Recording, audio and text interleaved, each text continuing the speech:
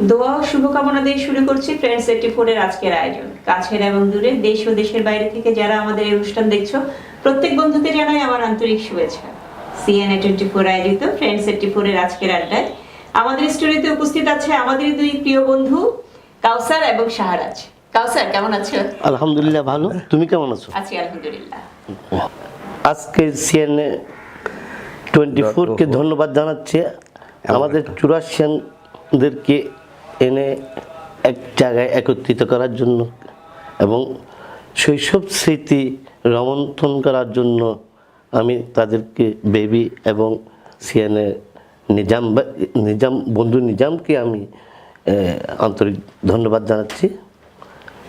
আজকে শাহরাজ কেমন আছো? আলহামদুলিল্লাহ, তুমি কেমন আছো? আছি আলহামদুলিল্লাহ। যাই হোক, খুব ভালো লাগলো cna.com আজকে আমাদেরকে এখানে একাত্র করার জন্য, যে এমন একটা উদ্যোগ আমাদের চুরাশিয়ানের, যে এটা যেন যুগ যুগ থাকে, এটার জন্য স্পেশাল বেবি এবং নিজামকে অসংখ্য অসংখ্য ধন্যবাদ। এটা দীর্ঘায়ু এবং দীর্ঘ জীবন কামনা করতেছি আমি। হ্যাঁ, ধন্যবাদ তোমাদের দুজনকে। কাউসার, তোমার কাছে প্রথমে আসছি। তোমার স্কুল জীবনটা শুরু হয়েছে কোত্থেকে? আমার স্কুল জীবন শুরু হয়েছে বলতে গেলে বালিকা বিদ্যালয় থেকে। প্রথম বালিকা, কারণ একটা এর কারণ আছে, আমার আম্মা ছিলেন কুসুম কুমার স্কুলের টিচার। আচ্ছা। সেই সূত্রে গিয়ে আমি যখন আমার ক্লাস 3 পর্যন্ত ওইখানেই, মানে কুসুম কুমার স্কুলে ইয়েতে, হ্যাঁ কাছেই থাকুক। কারণ আমি তো একটু ছোটোবেলায় আমি একটু ডান পিঠে ছিলাম, বাসায় সবাইকে মানে বিরক্ত করতাম, তাই সেজন্য আমাকে মা সকাল 7টায় আমাকে নিয়ে যেত স্কুলে, ওনার কাছেই রেখে দিত। এই মুহূর্তে না, আমি কিন্তু আমার বন্ধুদের এখনো বিরক্ত করি, যাকে পাই তাকেই বিরক্ত করি, কিন্তু বিরক্তটা ওটা দুষ্টমি, কখনো দুষ্টমি করি কিন্তু কখনো বেয়াদবি করি নাই। তোমাকে অনেক ধন্যবাদ যে তোমার সেই আগের যে স্মৃতিটা আছে, 1 বছর 2 বছর বা 5 বছরে তোমার মা তোমাকে নিয়ে যেত, সেই স্মৃতিটা এখন। আমি পরে তোমার কাছে আসছি। শাহরাজ, তুমি কোন স্কুলে? হাতিয়া ইউনিয়ন। হাতেখড়িটা কোন স্কুল? হাতিয়া, এটা হাতিয়াতে প্রথম আমার school, Hatiya union primary school. ওইখান থেকে আমার সেখানে আমার অনেক স্মৃতি। মানে হাতিয়ার যে পড়েছো প্রাইমারি স্কুলে, ওখানে কতদিন পড়েছো তুমি? মানে ওইখানে ক্লাস 5 পর্যন্ত, ক্লাস 1 থেকে 5 পর্যন্ত পড়ছি। 5 থেকে তুমি ক্লাস 10 পর্যন্ত? আমি আমি Hatiya high school, Hatiya union model primary, এরপর দ্বীপ কলেজ। আমার মানে হাতিয়াতে আমার লেখাপড়াটার পাঠ শেষ। ক্লাস 5 পর্যন্ত তুমি কি করেছো? সেই আমি ক্লাস 5 পর্যন্ত আমরা তো অনেক দুষ্টামি করছি এখানে, তো তোমার এই অল্প সময় এটা বলা সম্ভব না। তারপরে আমরা দুষ্টামি করতাম। আমরা যে আমাদের প্রথম, যেটা আমার মনে পড়ে, প্রথম স্কুলে গেলে আমাদের যেটা হইতো আর কি, ওই অ্যাসেম্বলি আর কি। অ্যাসেম্বলি, এটা তো অ্যাসেম্বলি বলতো না তখন, জাতীয় সঙ্গীত হইতো আর কি। তো আমরা লম্বা লাইনে দাঁড়াই আর রোদ্রের মধ্যে জাতীয় সঙ্গীতটা গাইতাম।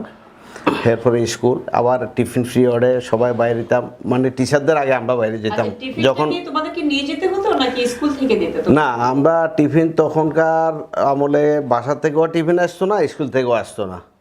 ওই 4 আনা 10 পয়সা 5 পয়সা এগুলা মাঠ থেকে নিতাম। ওই স্কুলের সামনে দোকান বসতো, বাদাম দোকান, তারপরে আচার, না আচার, তখন বার্মা পিঠার নামের একটা লাল একটা ছিল, এটার কি বলে, কটকুড়ি এগুলা খাইতাম বিশেষ করে। মানে দৌড় দিয়ে এসে প্রথমে মানে ওই দোকানে জটলা। না না না, ওটা বোতল ভাঙা লাগতো না, ওইটা তো পরে আনতাম। ওইটাও আনতাম।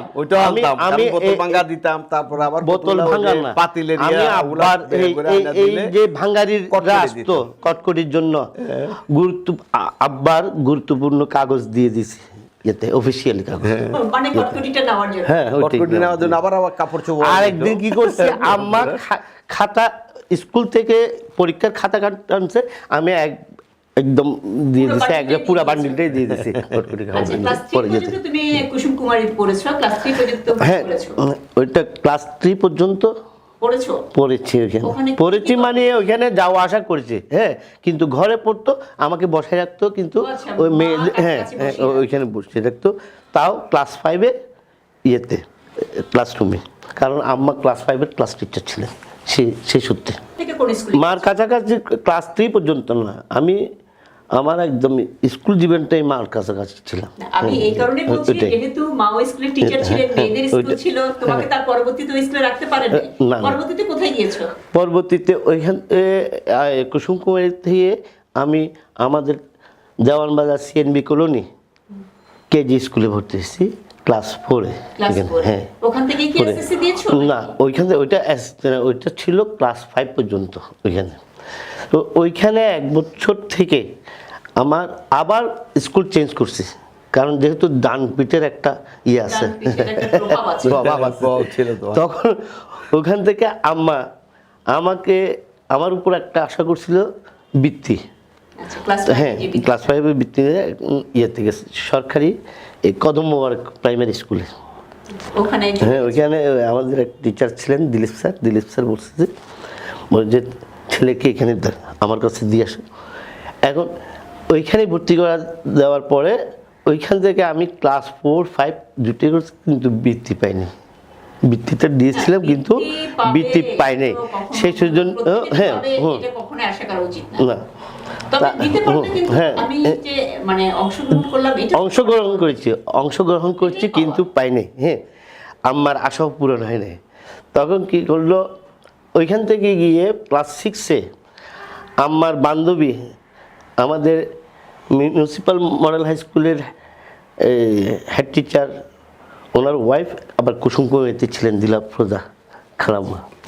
ওই খালাম্মা কী করছে, আম্মা কী করছে, খালাম্মাকে নিয়ে রিকোয়েস্ট করে ওইখানে এই মিউনিসিপ্যাল মডেল হাই স্কুলে আমাকে ভর্তি করে দিচ্ছেন। হ্যাঁ, ওইখান থেকে এসএসসি দেওয়া এতে, আর কোথাও চেঞ্জ করে নেই। কোথাও কি যাওয়ার ইচ্ছা ছিল তোমার? না, ওইখানে যখন আমি আমার সহপাঠীদের পেয়েছি, আমার স্কুল জীবনে মহাখুশি। বিশাল মাঠ, হ্যাঁ, খেলাধুলা, দৌড়াদৌড়ি, সব কিছু ওইখানে।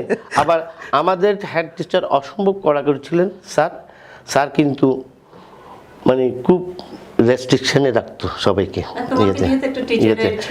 যেহেতু স্যার জানে যে এই কামরুল তো আমার ওয়াইফের বান্ধবীর ছেলে, হ্যাঁ, তাকে আমাকে একটু চোখে রাখে আর একটু কেয়ার নিত এক্সট্রা। তো বলতো তোমার স্কুলের কথা বলো। না, স্কুলের তো স্মৃতি এগুলাই আছে। তো খুব মারামারি করতাম আমরা, পিছনের টেবিলের ছাত্র। না, আমাদের মেয়েদের ছিল, ওরা আলাদা বসতো 2 পাশে। যেমন আমাদের প্রাইমারি স্কুলে আলাদা, আমরা হাই স্কুলে তেমন মেয়েদেরকে পাই নাই, কারণ আমাদের এখানে একটা বালিকা স্কুল ছিল। ম্যাক্সিমাম মেয়েগুলো এখানে থাকতো, 2-3 জন ছিল আমাদের সাথে। এটা হলো হাই স্কুলে। প্রাইমারি স্কুলে আলাদা বসতো আর কি। স্কুলের স্মৃতিতে কি বাজে যে এখনো মনে পড়ছে তোমার? এখন এই সিটে বসে একটু বেশি মনে পড়ছে? না, দুষ্টামি করতাম। যেমন অনেক সময় আমরা করতাম, পেন্সিল ভাঙতাম। যেমন এইভাবে হাতে পেন্সিল লাগবা, এটা ভাঙতে হবে এইভাবে 1 আঙ্গুল দিয়া। আসলে ভাঙতাম এইভাবে দিয়ে, এইভাবে আঙ্গুলটা দেখাইতাম মূলত। ওইখানে মানে একজনের ধরতো, এইভাবে পেন্সিলটাকে ধরতো, তা আমরা 1 আঙ্গুল দিয়ে ভাঙতে হবে, এটার উপরে বাজি, তাহলে ওরা খাওয়াইতে হবে, কটকটি খাওয়াইতে হবে। তা আসলে ভাঙতাম এইভাবে, এইভাবে আঙ্গুলটা দেখাই দিতাম, এই ভাঙা শেষ। আবার কারো রাবার চুরি, রাবার পাইতো না, কারো পেন্সিল পাইতো না, এগুলা নষ্ট করতাম, সিলেটি, এগুলো নিয়ে আমাদের সময় চলে যাইতো। আমরা আসলে এত ভালো ছাত্র ছিলাম না, সব সময় একটু পিছনে থাকতাম, দুষ্টামিটা বেশি করতাম, আর মারপিটটাও বেশি হইতো, আবার দুষ্টামি হইতো, আবার কাঁধে হাত দিয়া বন্ধুদের সাথে ঘোরা, এটার মজা, এগুলা ভুলতে পারতেছি না। এইগুলা না, টিচার ম্যাক্সিমাম টিচারকে আমরা ভয় পাইতাম। মারতো মানে তখনকার মার ছিল তো হাতের মধ্যে, এই হাতে 5টা, এই হাতে 5টা বেতের বাড়ি, লাল হয়ে যাইতো। এইটা বাসায় গেলে খুব ব্যথা। টেবিলের নিচে নীল ডাউন করে এরপরে যাইয়া আবার যারা বেশি দুষ্টামি করতো ওদেরকে টেবিলে দাঁড়া করায় রাখতো সব ছাত্রদের মাঝে। এইটা একবারে ওইটা ছিল, ওইটার ভয়। আবার যেদিন পড়া পারতাম না সেদিন তো শুধু আল্লাহ খোদার নাম যা মুখে দিয়ে আসতো, মনে মনে আল্লাহ খোদা আমারও যেন না ধরে, আমারও যেন, কারণ পড়া তো পারি না। তারপরে আমাদের ক্যাপ্টেনটা ছিল একটু দুষ্ট টাইপের, ও সবার জিনিসগুলো নোট করতো, মানে কে পড়া শিখে আসে, কে শিখে নাই, কে দুষ্টামি করছে, কে মানে টিচার আগে আসার আগে হই হুল্লোড় করছে, মারামারি করছে, ওগুলা সে টুকি রাখতো, টিচার আসলে দিয়ে দিত। তো ওইটার উপর আবার একটা পানিশমেন্ট থাকতো, হয়তো কান দাঁড়া করে রাখতো কতক্ষণ, টেবিলের উপর আবার এক পা দিয়া এক পা দিয়া দাঁড়াই থাকো এবং কান ধরিয়া, এক পা এবং কান ধরিয়া, এইসবগুলা তো ছিল। আবার বিকালবেলা স্কুল ছুটি হওয়ার পরে ওরা মায়ের আবার কয়েকজন মিলে ধরে ওরা ক্যাপ্টেনকে মারতাম। আবার এরপরের দিন আবার বিচার, এরপর দিন আবার স্কুলে যাইতাম না। এই পেট ব্যথা তো ম্যাক্সিমাম টাইমে আমাদের পেট ব্যথাই থাকতো। হ্যাঁ, ওইটা একবারে কমন। মানে যে কোনো সময় মানে পড়া যে দিন শিখতে পারি না, বাড়ি থেকে আসতাম না যে পেট ব্যথা, আজকে পেট আজকে হরি করতে পারতেছি না, মানে এই অবস্থা। আর খেলাধুলা তো কোনোটাই বাদ দিই নাই। আমাদের তো আমাদের ইয়ে ছিল, একটা জালি সিস্টেম ছিল, বুঝছো, কোমরে একটা জালি থাকতো, জালিতে পয়সা থাকতো, মার্বেল থাকতো, তারপরে মার্বেল, তারপরে বর্ষার সময় আমরা ওই খলতি বলতো, তারপরে আবার ওই যে ইয়ে কয় অনেক সময় সাতচারা ছিল না, ওটা খেলছো কোনো সময়? ওগুলো আবার ওই 16 কুড়ি যেটা, এটা হলো মান্দার গাছের গোটা দিয়া 16 কুড়িটা খেলতাম। মানে খেলার সময় না আমাদের, আমরা তখন প্রচণ্ড, আমাদের মানে আমাদের মতো ব্যস্ত লোক মানে মনে হয় এই পৃথিবীতে আর কেউ নেই। আমাদের খাওয়ার সময় নেই, খাওয়া তো মানে আমাদের পথ হয়ে যাইতো, কারো আম পাড়া, বড়ই, তারপরে বিশেষ করে বৃষ্টির সময় যেমন ওইটাকে বলা, আমরা তখন ইডা শাক বলতাম, ইডা শাক মারে আম পাড়তাম, কিন্তু জাম্বুরা পারতে পারতাম না, ওইটা গাছে উঠতে হইতো, পেয়ারা পারতে হইলে গাছে উঠতে হইতো, এটা বৃষ্টির সময় করতাম। আর অন্য সময় হলো ওই সাঁড়া মাইরা মানে বড়ই পারতাম, আম পারতাম। আবার আমাদের হাতের ইয়াটা খুব ছিল, যেখানে মারতাম সেখানে লাগতো, একবারে জায়গা মতো পড়তো। তো এই অবস্থা বাদে গেছে আর কি। এসএসসির সময় আমি ডান পিঠের এই সাইডটাকে নিয়ে বলি, তখন কি এই ওয়ার্ডটা ছিল, কি কাহিনী ছিল, এটা কি অ্যাড হয়েছে এটার সাথে? এসএসসি পরীক্ষার আগে আমি ডান পিঠে বলতে, আমি তখন তো দুষ্টু ছিলাম, আমাদের ক্লাসের ম্যাক্সিমামই দুষ্টু ছিল সবাই, আমার বন্ধু বান্ধব যারা, হ্যাঁ ওই ধরনের ছিল। আমরা কি করতাম, আমাদের হেড স্যার যখন আসতো তখন আমাদের একটা নির্দেশ ছিল যে সামনে ফুটপাথটা খালি করে পরিষ্কার করে ফেলার।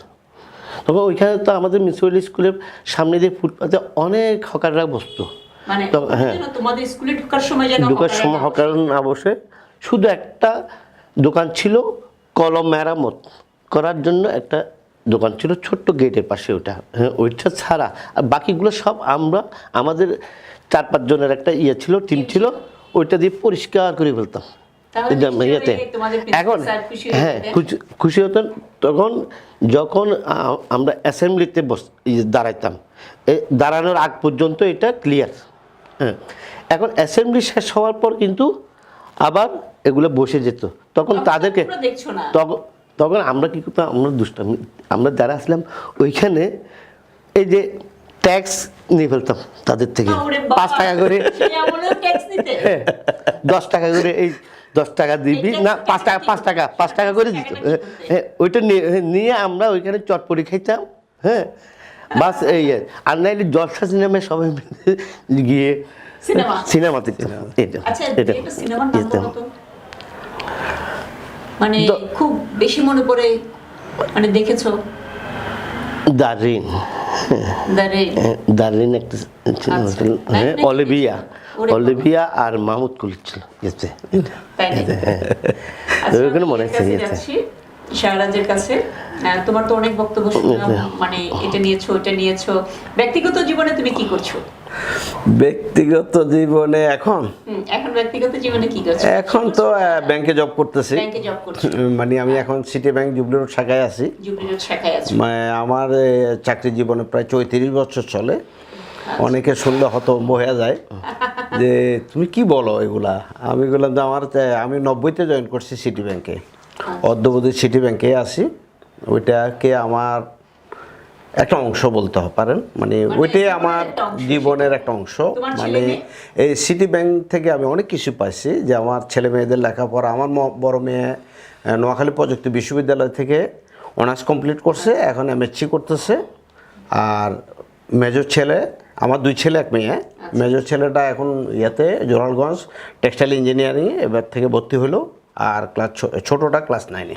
ক্লাস 9 এ পড়ছে। এই হলো আমার ব্যক্তি জীবন। আর কাউসার ব্যক্তি জীবনে আমার কি করছো? ব্যক্তি জীবনে এখন করছি, আমি রিয়েল এস্টেটের সাথে জড়িত আছি। তোমার নামটা কি বলবে, বন্ধুরা শুনবে? এটা রিয়েল এস্টেট নাম নেই, আমরা কয়েকজনে মিলে একটা মিলে করেছো আর করেছি। কি। এটা ব্যবসা করেছি, কন্ট্রাক্টারি করেছি, অনেক কিছু করেছো না? তারপর আমি এখন সাপ্লায়ার হিসেবে এই মুহূর্তে আমি এখন একটা রিয়েল এস্টেটের সাথেই জড়িত, ওই সব কাজে, জায়গা জমি, ওইসব ইয়েতে আছে। এই হলো আমার আমরা নিজের এখন সাথে ওর ইয়েতে জায়গা জমি দেখতে যাবো। অবশ্যই অবশ্যই অবশ্যই, ওর পাশে আমার বাসা, ওর পাশে ওর আছে। পাশে আমার বাসা, তাইলে একসাথে দুইটা হয়ে গেল। ইনশাআল্লাহ যাওয়ার রইল। তোমার ছেলে অবশ্যই। ছেলে মেয়ে, ছেলে মেয়ে বড়, সে কমার্স কলেজে মাস্টার্সে আছে, আচ্ছা। আর ছেলে ছোট, সে 1 ছেলে 1 মেয়ে। 1 ছেলে 1 মেয়ে। তারপর ছেলে পলিটেকনিক্যাল মেকানিক্যালে ইয়েতে। আচ্ছা, তোমাদের ওইটাই। দুইজন এখানে আসছো, তোমাদেরকে তো প্রথমে ধন্যবাদ জানাই। আর তোমাদের সুন্দর সুন্দর এই স্মৃতিময় কথাগুলি আমাদের বন্ধুদের সাথে স্মৃতি share তো করা। আরো অনেক ছিল বলতে, স্মৃতি তোমাদের কখনো সমস্যা। শেষ হয় না, হ্যাঁ, হ্যাঁ। আমি যেমন তুমি এখন অনেকগুলো বিজনেস করতে করতে এখন রিয়েল এস্টেট ইয়েতে, আসছো, যেখানে আমরা এখন বেড়াতে যাব, তোমার না, জায়গা অবশ্যই, জমি দেখতে অবশ্যই। যাব। এরকম হয়েছে না, আমাদেরকে আবার কাগজ কুড়াইতো, স্কুলে কাগজ কুড়াইতো, মানে স্কুলে সপ্তাহে এক স্মৃতি একদিন ছিল, স্যার বললো, সবাই একদিকে যে কাগজ সব শেষ, পরিষ্কার মানে মাঠটাকে পরিষ্কার মাঠ করে দেওয়া। পরিষ্কার, আশেপাশে মানে এরকম অনেক করছি। চুরাশির বন্ধুদের জন্য কিছু বলো। যে 84 বন্ধুদের তো এখন আসলে এক প্রাণ এক আত্মা আমাদের, মানে এই 84 বন্ধুদের পাইয়া আমাদের এখন মনে হয় ভালো একটা সময় কাটতেছে। মানে এই ছোটবেলা যে সময়টা আমাদের গেছে, মাঝপথে আমরা একটু কেমন জানি ঝিমাইয়া গেছিলাম। 84 গ্রুপটা যারা করছে ওদেরকে তো স্পেশাল ধন্যবাদ, ওরা তো আমাদেরকে আবার সেই জায়গায় তুলছে। এখন মোটামুটি আমরা 84 ছাড়া কিছুই বুঝি না। আর আমাদের সেই 84 এবং আমাদের জীবনে 16 কণা পূর্ণ করলো ভেবি এবং নিজাম এই অনুষ্ঠানের মাধ্যমে। আমি সবার কাছে আহ্বান জানাই যে তোমরা যোগাযোগ করবা, আসবা, সবাই সবার কথাগুলা শেয়ার করবা। এটা আমাদের প্রচার, বিশাল একটা প্রচার, মানে আমরা এটাকে ধরে রাখবো। আর যে কোনো আপদে বিপদে সবাই সবার কাছ থেকে সহায়তা ইনশাল্লাহ পাবো এবং করতে আমরা প্রস্তুত। বাস, কাউসার, আলহামদুলিল্লাহ। তোমার কি বলার আছে আমাদের 84 বন্ধুরা যারা দেখছে? 84 বন্ধুদের বলছি, আপনারা সবাই, সরি আপনারা না, তোমরা সবাই খুব আপন এবং একই আমরা একই সুতায় গাঁথা। একই সুতায় গাঁথা। সবাই হ্যাঁ, 84 পাস করেছি। 84 আমরা যে যেখানে আছি সবাই কিন্তু এখন সব একসাথে। একসাথে আছি। হ্যাঁ, তাই আজকে তুমি আসছো, বলো, 84-তে আগামী এসে আসবে। এই যে সারাজ বললো মাঝপথে আমরা একটু ঝিমে গেছি, হ্যাঁ, আবার এখন নবীনের জেগে উঠলাম, নতুন করে প্রবীণ জেগে থেকে উঠলাম। নবীনে চলে আসলাম আবার। 16তে পদার্পণ। প্রবীণ, হ্যাঁ, আমরা একটা যুগ পার করে যত গেছি, এখন আমরা যত প্রবীণটাই 84আনরা করতে আছে এখন সব তাদের বয়স এখন 16 হয়ে গেছে, এখন তো সব তারা program নবীনে আমরা চলে 84 আসছে। এত বেশি প্রোগ্রাম হয়, আমরা তো অ্যাটেন্ডই করতে পারি না ইয়েতে। সময়ের জন্য। ধন্যবাদ তোমাদের ইয়েতে। দুজনকে, তোমাদের বক্তব্য সবাই শুনলো, যারা দেশে আছে, দেশের বাইরে আছে, এবং যারা আসতে পারোনি তারা আসো, আমাদের সাথে যোগাযোগ করে তোমাদের কথা আমরা শুনবো। আজকে এইটুকুই, আল্লাহ হাফেজ।